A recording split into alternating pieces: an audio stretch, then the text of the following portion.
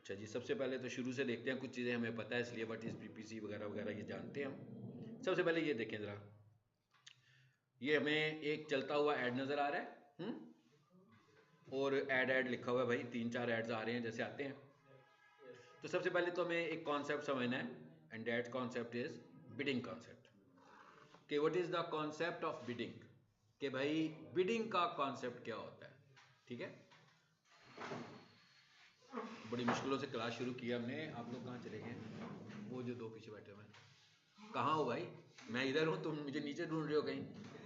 अच्छा, लिख रहे हो, फिर ठीक है, फाइन जी। बिडिंग का क्या कॉन्सेप्ट होता है? अब एक है ट्रेडिशनल बिडिंग और एक है गूगल की बिडिंग। ठीक है, ट्रेडिशनल बिडिंग क्या है कि भाई ये मैं माउस बेचना चाहता हूँ, और ना लिखो यार, इतना नहीं समझ में आएगा ना मैं जो बता रहा हूँ। मैं यूं माउस करके सामने खड़ा हूँ, तुमने नजर नीचे की हुई है, फायदा मुझे इतना उठाने का, माउस इतना भारी माउस उठाया मैंने है। एक होती है ट्रेडिशनल बिडिंग और एक होती है डिजिटल बिडिंग, इसमें फर्क समझना है अब हमने। अगर तो ये मैं माउस बेचना चाहता हूं तो मैं आपसे कहूंगा कि भाई ये माउस है, कौन लेगा? आप सब प्राइस लगाओगे, जो सबसे ज्यादा प्राइस लगाएगा मैं उसको माउस दे दूंगा, ऐसे ही है ना? ये तो है ट्रेडिशनल बिडिंग, यही होती है कि भाई जहां पर प्राइस ज्यादा अच्छी ऑफर होती है आप वहां पर सेल करते हो। अब जो पीपीसी की बिडिंग होती है वो कैसे होती है ये समझते हैं। मैं माउस बेचना चाहता हूँ, स्टिल मैं अभी भी माउस ही बेचना चाहता हूँ, मगर इस दफा मैं माउस जो है ना वो गूगल एड से बेचना चाहता हूँ। यानी मैं अपना एड रन करके माउस बेचना चाहता हूं। तो इसका मतलब क्या हुआ, मैं गूगल को ये नहीं बता रहा हूं या मैं इस चीज के पैसे भी नहीं दे रहा कि मैं माउस बेच रहा हूं। मैं गूगल को जो पैसे दे रहा हूं वो इस चीज के दे रहा हूं कि भाई मुझे गूगल के रिजल्ट्स में पहले नंबर पर दिखाओ, दूसरे नंबर पर दिखाओ, तीसरे नंबर पर दिखाओ। यानी गूगल को मैं ये नहीं कह रहा, गूगल को मैं माउस बेचना ही नहीं है। मैंने तो माउस किसको बेचना है? लोगों को बेचना है। तो भाई लोगों को अगर मेरा ऐड नजर आएगा, वो उसे ट्रिगर करेंगे तो ही माउस बिकेगा ना। तो इसका मतलब क्या हुआ कि जब पीपीसी ऐड में बिडिंग है उसका कॉन्सेप्ट ही बदल गया। आपकी प्रोडक्ट बिडिंग नहीं है, आपकी ऐड बिडिंग है।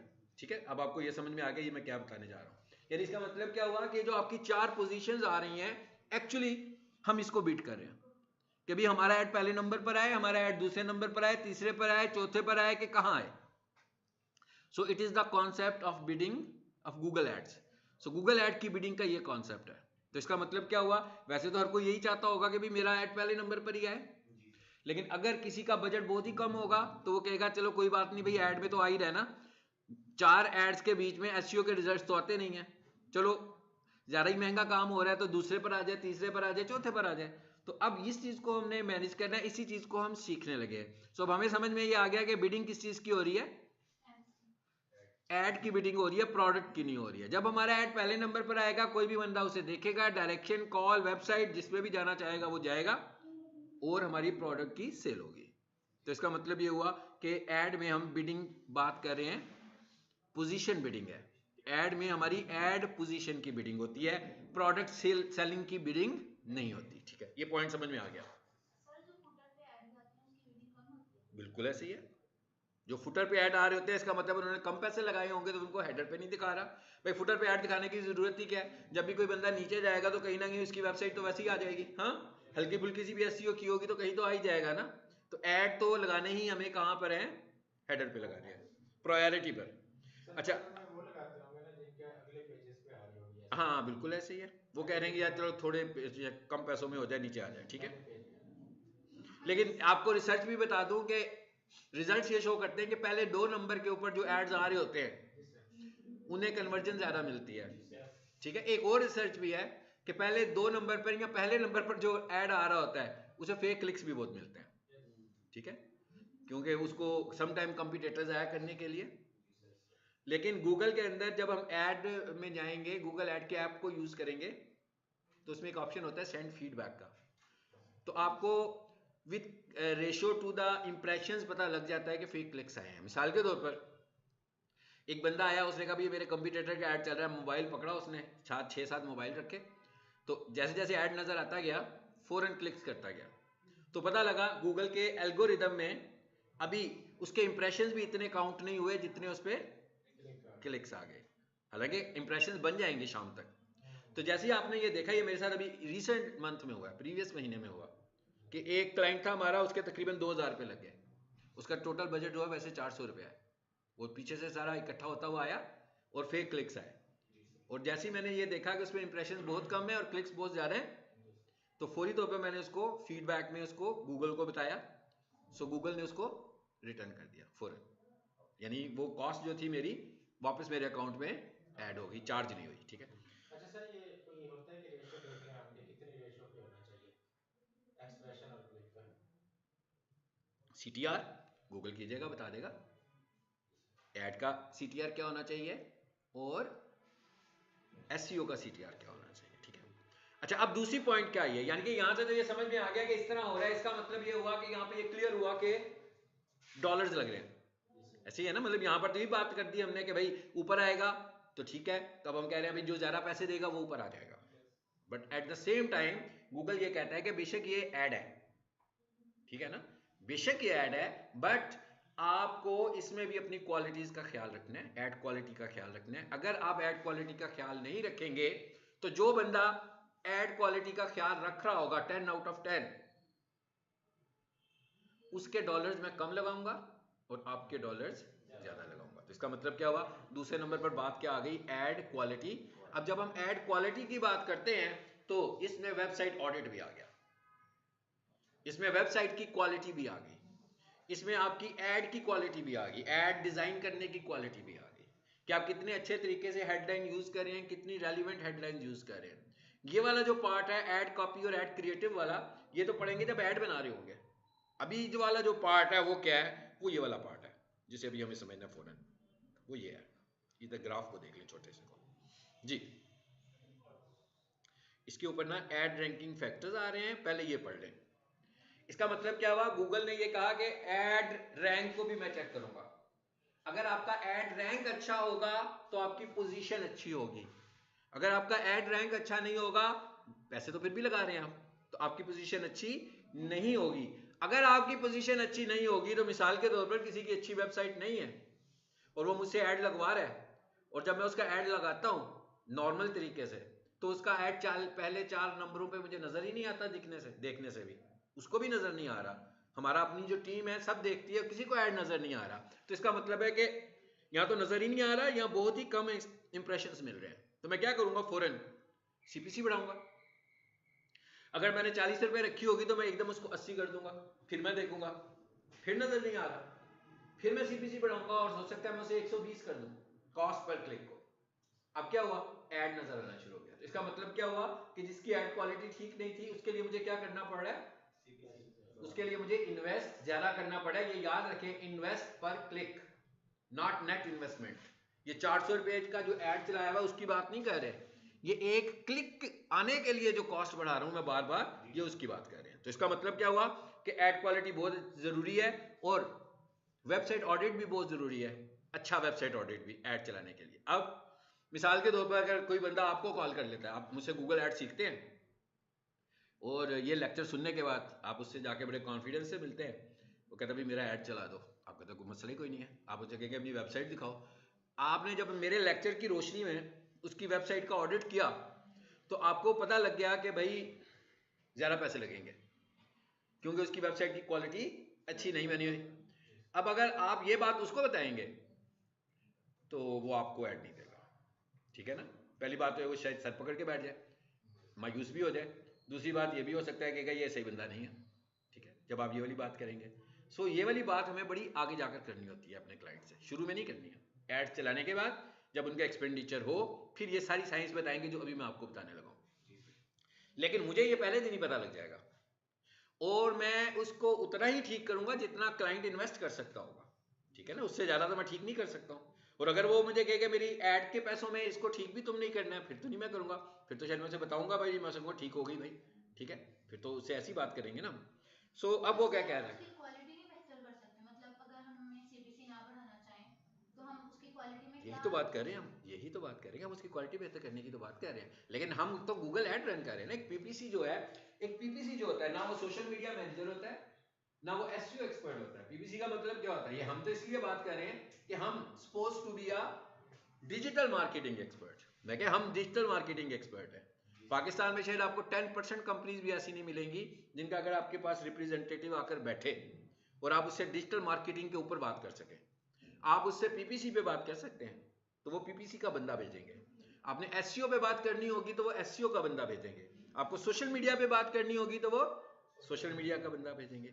लेकिन अगर आप डिजिटल मार्केटर बनेंगे तो इसका मतलब क्या हुआ, आप सब टॉपिक्स पे बात कर सकते हैं। अब मैं जब उससे चार्ज कर रहा हूं उसके ऐड लगाने का, सपोज मैंने उसे कहा हाँ भाई मैं तुम्हारा ऐड लगा दूंगा, लोकल है कोई छोटा बिजनेस है, तो मैंने उसे कहा हाँ भाई मैं तुम्हारा 15,000 रुपया लूंगा ऐड चलाने का, बजट अलग है जो तुमने स्पेंड करना है। लेकिन जब मुझे इसकी वेबसाइट नजर आती है तो उसमें तो इतनी वीकनेसेस हैं, तो मैं 15,000 में उसकी वेबसाइट तो ठीक नहीं करूंगा ना, ठीक है। और अगर मैं उसे कहूंगा कि ठीक है ना मैं 15,000 ऐड चलाने का लूंगा और 25,000 वेबसाइट ठीक करने का लूंगा, ठीक है ना, तो वो एक्सक्यूज करेगा मुझसे, कहेगा भाई आप मिलते हैं आपसे, दोबारा मिलते हैं आपसे, ठीक है। तो इसका मतलब क्या हुआ, इसका मतलब ये हुआ कि ये सारी चीजें जो मैं आपको क्लासरूम में बता रहा हूँ जरूरी नहीं होता कि क्लाइंट को पहले दिन हमें बतानी है, ये एनालिसिस हमने करने हैं। और ये एनालिसिस सिर्फ पीपीसी वाला बंदा नहीं कर सकता, ये वाले एनालिसिस वो बंदा करेगा जो डिजिटल मार्केटर है, जो एसईओ को भी समझता हो, जो वेबसाइट को भी समझता हो और जो पीपीसी को भी समझता हो। तो ये वाले एनालिसिस सिर्फ वो बंदा कर सकता है। So what is ad rank, बात तो ये थी ना कि what is ad rank. Ad rank होता क्या है, गूगल का एक स्टैंडर्ड है जो बिटवीन 0 to 100, 0 का तो मतलब है कुछ भी नहीं है ना, तो कम से कम भी कुछ हल्की फुल्की सी एफर्ट होगी तो 1 हो जाएगा। सो ये गूगल खुद से एनालाइज कर रहा होता है, मगर किन बेसिस पर एनालाइज करता है उन्हें हम डिस्कस करने लगे हैं। तो फार्मूला क्या है भाई, फार्मूला है मैक्सिमम सीपीसी। इसका क्या मतलब हुआ, cost per click, not budget. मैं कह not budget, cost per click, यानी मेरे क्लाइंट का ऐड नजर आया तो उसको एवरेज क्लिक पड़ रहा है 70 रुपए, तो that is CPC. Multiply quality score between 0 to 100, sorry 0 to 10, यानी हम कम से कम इसको 1 तो समझेंगे ही ना। तो सीपीसी 70 को मल्टीप्लाई करेगा किसके साथ, क्वालिटी स्कोर के साथ। 70 मल्टीप्लाई 1 भी हो सकता है, 70 मल्टीप्लाई 2 भी हो सकता है, 70 मल्टीप्लाई 5 भी हो सकता है, 70 मल्टीप्लाई 10 भी हो सकता है। It's mean that is total ad quality, यानी टोटल एड रैंक। अब हम ये जो एग्जांपल समझने जा रहे हैं ये मैंने डॉलर के हिसाब से बनाई हुई है, ठीक है, तो इसलिए इसको समझने यहां से। 4 लोग हैं, 4 ही पोजीशंस होती है ना। हमने कहा भाई ये 4 लोग हैं जो एड रन कर रहे हैं।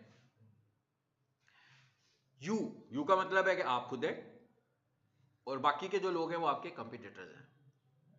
तो हमारे $3 लग रहे हैं, इस वजह से $3 लग रहे हैं और हम पहले नंबर पर आ रहे हैं, जबकि जो चौथे नंबर पर आ रहा है उसके $6 लग रहे हैं, उसके बावजूद वो चौथे नंबर पर आ रहा है। तो ये जो बात अभी हम कर रहे हैं कि भाई जो बंदा ज्यादा पैसे देगा वो ऊपर आ जाएगा, ट्रू नहीं है। क्वालिटी का बहुत ज्यादा रोल है बीच में, पैसों का भी रोल है लेकिन क्वालिटी का भी रोल है, एड क्वालिटी का भी रोल है। अब उसे एक क्लिक का पड़ रहा है $3 हमें, और जिसकी वेबसाइट अच्छी नहीं है, यानी जिसका स्कोर अच्छा नहीं है, जिसका क्वालिटी स्कोर अच्छा नहीं है, वो हमसे ज्यादा पैसे खर्च के भी चौथे नंबर पर पहुंच रहा है। इसका मतलब क्या हुआ, इसका मतलब ये हुआ कि अगर ये चौथा क्लाइंट मेरा हो और मैं इसके एड रन कर रहा हूं और वो मुझे कहे कि भाई ये क्या, मैं तो चौथे नंबर पर नजर आ रहा हूं, मेरी नंबर को ऊपर लाओ, ठीक है। अब मैं क्या करूंगा, पैसे नहीं, एड क्वालिटी एक दिन में तो नहीं बढ़ेगी ना, ये तो पूरा प्रोजेक्ट शुरू करना पड़ेगा ना मुझे उसके साथ, ऐसे वो करवाएगा भी नहीं शुरू। मैं $7 कर दूंगा, है ना, $8 कर दूंगा, कितने डॉलर करूंगा मैं पहले नंबर पे आ जाऊं, जरा चेक करें। $12 करें तो उसके बराबर हो जाएंगे $13, ऐसे ही है ना। तो इसका मतलब क्या होगा, $13 जैसे ही मैं करूंगा तो मैं पहले नंबर पर आ जाऊंगा। ओके, अब उसे कैसे कन्विंस करना है, पहले दिन नहीं कर सकते। $13 पर क्लिक, ठीक है, तकरीबन $3 और $10 एक्स्ट्रा हुए। $10 मल्टीप्लाई 10 कितने होते हैं, $100।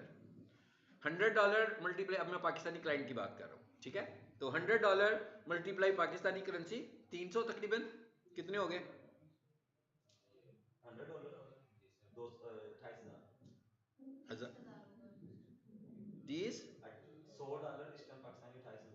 28,000 है ना, चलो जी 28,000 हो गए। महीने के कितने हो गए,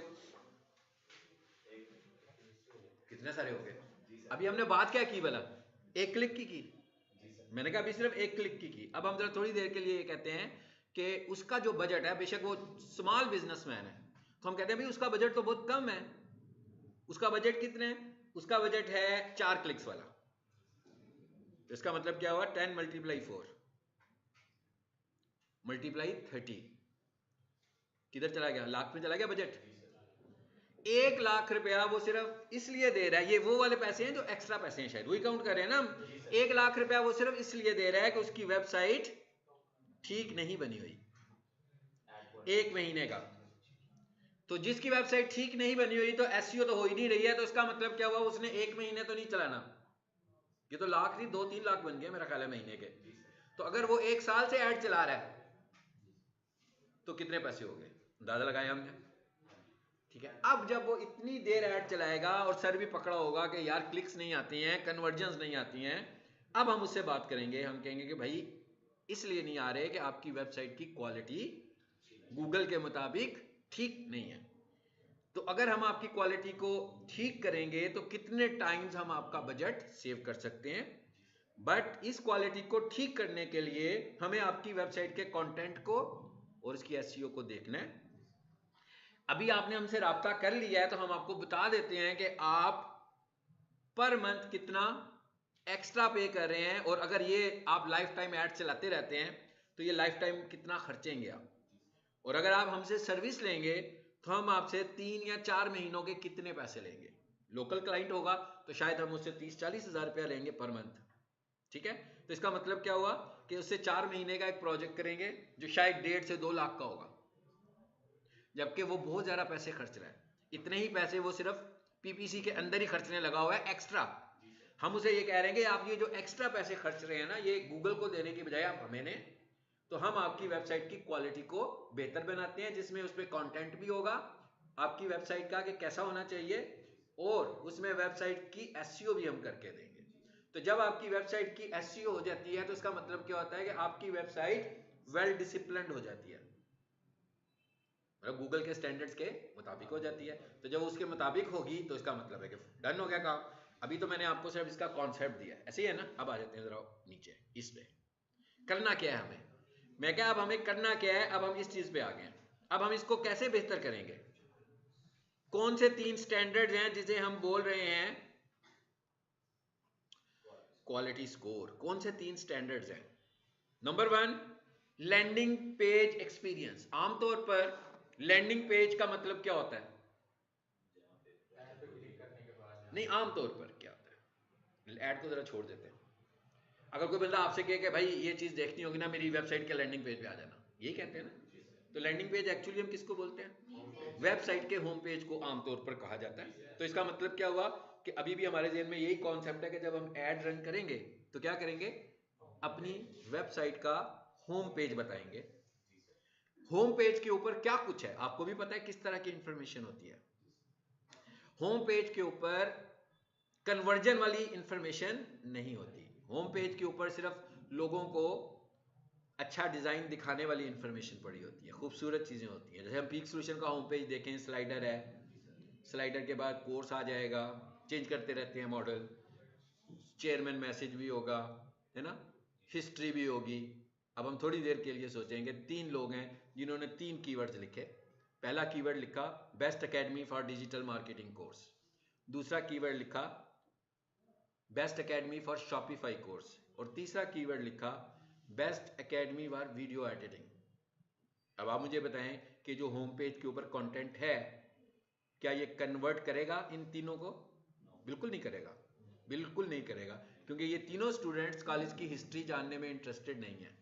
ये तीनों स्टूडेंट्स कॉलेज कब बना था, किस तारीख को बना था, और कॉलेज टोटल कितने कोर्सेज करवाता है, या कॉलेज का कौन सा इवेंट हुआ था लेटेस्ट, इन सब चीजों को जानने में इंटरेस्टेड नहीं है। अगर डिजिटल मार्केटिंग का जो बंदा है वो क्या जानने में इंटरेस्टेड है कि भाई क्या होगा, टीचर कौन होगा, पढ़ाने वाला कौन होगा, कैसे पढ़ाता होगा, कोर्स क्या होगा, अचीवमेंट्स क्या होंगी, क्या कुछ लोगों ने कोर्स कंप्लीट कर लिया हुआ है, तो उन्होंने कर लिया हुआ है तो कॉलेज वालों ने कोई उसका feedback, portfolio, testimonials etcetera etcetera add किया हुआ है। बिफोर आफ्टर होना तो ये चाहिए कि जिस दिन आप आए ना मेरा आपके साथ एक टिकटॉक हो, ठीक है, और जिस दिन आप जाएं उस दिन भी एक टिकटॉक हो। आते हुए आप मुझे बताएंगे भाई क्या सीखा आपने, क्या करने आए हो, क्यों आए हो, क्या करना चाहते हो। हाँ, फिर जब जाएं बिफोर आफ्टर का एक सीन होना चाहिए कि जिससे पता लगे कि भाई आप क्या सीख के जा रहे हो यहाँ से। अब जब ऐसी चीजें उस पेज के ऊपर लगी होंगी तो इसका मतलब क्या हुआ? इसका मतलब ये होगा कि जो भी बंदा आया कन्वर्ट होगा, अदरवाइज क्या होगा, आएंगे लोग कन्वर्जेंस में नहीं आएंगे। सो इसका मतलब क्या हुआ, लैंडिंग पेज एक्सपीरियंस अच्छा होना चाहिए।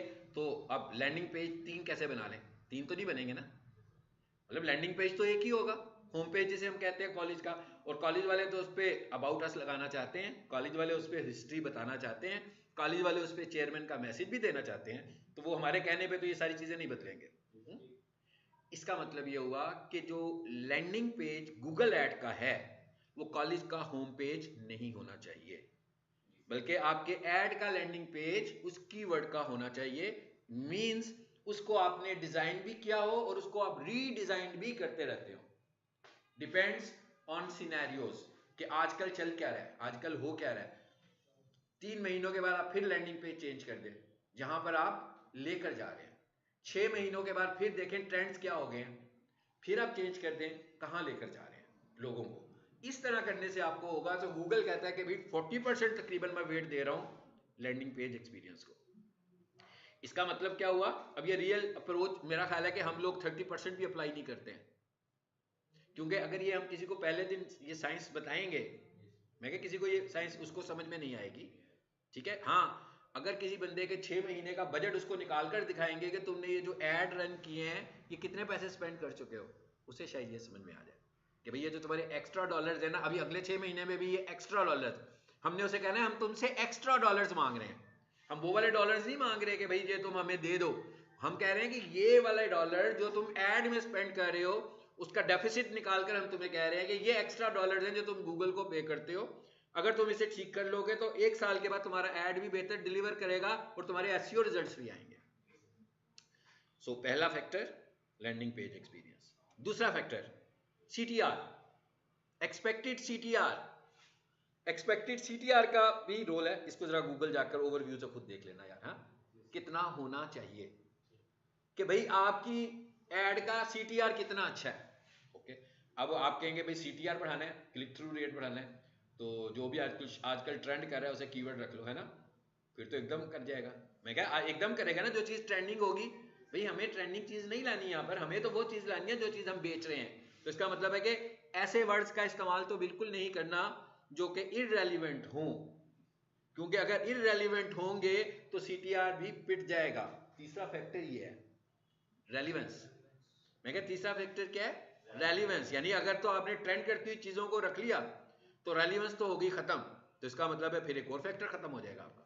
तो यानी इसका मतलब 3 चीजें हैं जिसे मुझे देखना पड़ेगा कि भाई वेबसाइट का लैंडिंग पेज कितना अच्छा है।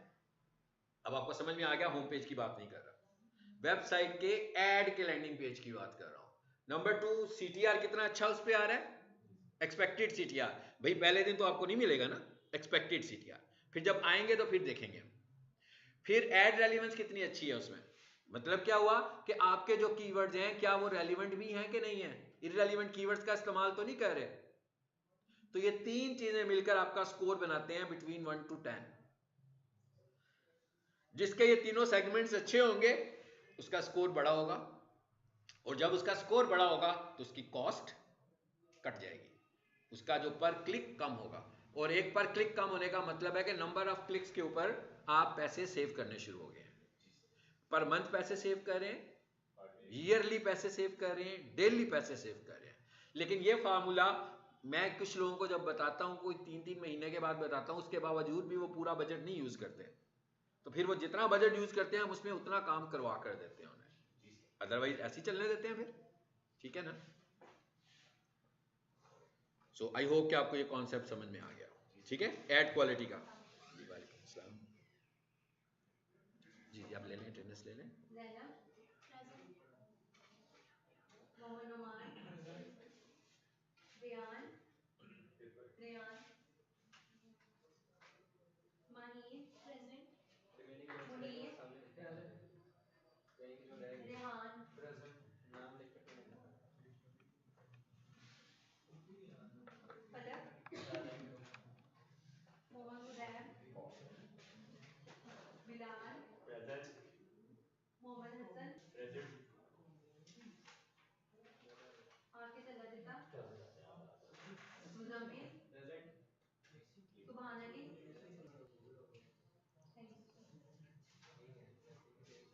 चलिए अब क्विकली ये काम करते हैं, ऐड अकाउंट में जाते हैं और वहां जाकर जरा कीवर्ड्स पे कुछ काम कर लेते हैं। ठीक है, तो मैं यहाँ आया, अब मैं ऐड खोल रहा हूँ।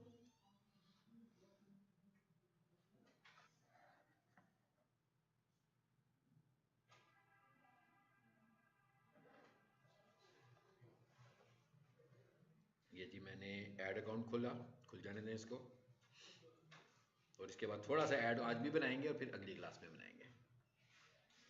आज थोड़ा सा टाइम ज़्यादा लगेगा, एक तो मैं थोड़ा लेट आया हूँ और होपफुली मुझे इस वीक में से कंप्लीट भी करना है। हो सकता है कि अगली क्लास का भी टाइम मैं थोड़ा सा ज़्यादा लूँ। ठीक है, यानी 7 बजे तक पहुँच जाएंगे हम। ठीक है, अगली क्लास में खास तौर पर नेक्स्ट 2 क्लासेस में। और ऐड, अगर आपको सर्च ऐड बनाना आ जाएगा तो सारे ऐड बनाने आ जाएंगे। सब ऐड की साइंस एग्जैक्टली सर्च ऐड वाली है, उसमें हमें थोड़ा टाइम लगेगा। और गूगल ऐड जो है ना वो काफ़ी ज़्यादा स्विच हो रहा है एआई के ऊपर। हम कोशिश करते हैं कि उस एआई से जितना बच सके, प्रोफेशनल की है। गूगल की थॉट ये है कि भाई एआई आपको ज़्यादा अच्छे रिजल्ट्स देगा। ठीक है, गूगल ऐड अकाउंट, इस पर क्लिक करें।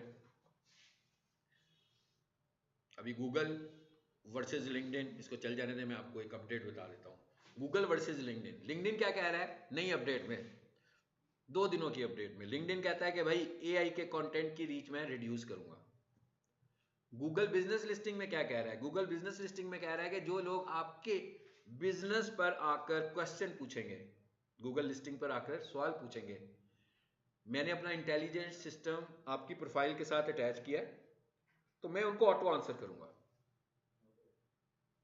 यानी उसने बॉट जनरेट कर दिया है अपना FAQs के साथ। ठीक है, यानी कोई, अब वो कैसे होगा, आंसर कैसे करेगा? भाई गूगल का बंदा हमारे भी हाफ पे काम तो नहीं कर रहा ना। गूगल कहता है कि आपने जितनी अच्छी अपनी गूगल बिजनेस प्रोफाइल बनाई होगी, आपके कस्टमर्स का जो फीडबैक होगा इन टर्म्स ऑफ रिव्यूज जैसा होगा, आप जैसी पोस्टिंग्स करेंगे, आपने जैसी सर्विसेज ऐड की हैं, आपने जैसे कैटेगरीज ऐड की हैं, मैं उन बेसिस पर उनको ऑटो आंसर करूंगा। यानी एक कस्टमर आएगा और गूगल से कुछ पूछेगा तो गूगल उसका जवाब देगा। सो ये गूगल की नई अपडेट है। तो अब आप देख लेना 2 प्लेटफॉर्म्स कितना इनमें आपस में कंफ्लिक्ट है। एक कहता है मैं एआई को सपोर्ट नहीं करूंगा और एक टोटल एआई को यूज करने लगा हुआ है। लिंक्डइन कहता है कि भाई आप मेरे पास आए हैं इसलिए कि आप प्रोफेशनल हैं, तो मुझे आपका प्रोफेशनलिज्म देखना है, तो आप मुझे अपना प्रोफेशनलिज्म दिखाएं, एआई का प्रोफेशनलिज्म ना दिखाएं।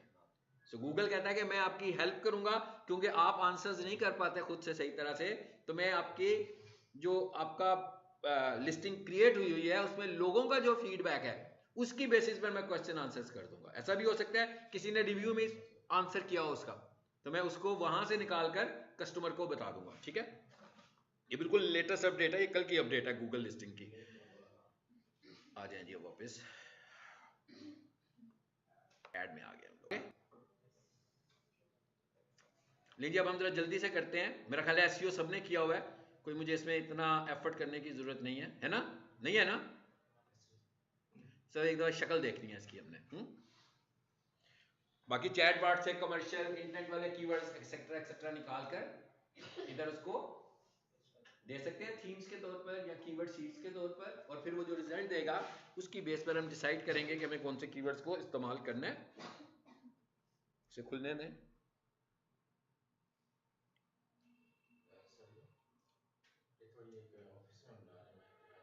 ठीक है, आप ऑनलाइन सुन लीजिएगा। ठीक है, अगर किसी और को इस तरह की जल्दी हो मुझे बता देना। ठीक है, मैं फिर उस तरह ही कर लूंगा, हम अगली क्लास को मैनेज कर लेंगे ना। बड़ा आप लोगों को तो नहीं कोई लेने आ जाता 6:30 पे? एड्स को एक ही दिन में कवर करें सारी एड्स, मतलब एड्स जो बनाना है आज आधा और अगले दिन आधा ना करें। और बताएं कुछ। नहीं वैसे पूछ वैसे ही मैंने भी तो वैसे ही पूछा भाई, कुछ और बताएं। आधा इसलिए मैं करता हूँ, एक तो बड़ा टॉपिक है, नंबर 2 जब आपने किया होगा तो आप आधा एक्सप्लोर करके आओगे ना, तो अगले दिन फिर मैं आधा आपसे बनवा लूंगा। ठीक है ना, तो समझ में अच्छे तरीके से आ जाएगा। सर तो कोडिंग को कल प्रेजेंट रिपोर्ट भी होती है, अभी ऐड शुरू करने से पहले मैं ये कोडिंग करूँगी। अच्छा, आपका मतलब है कि ड्रॉप ना हो जाए?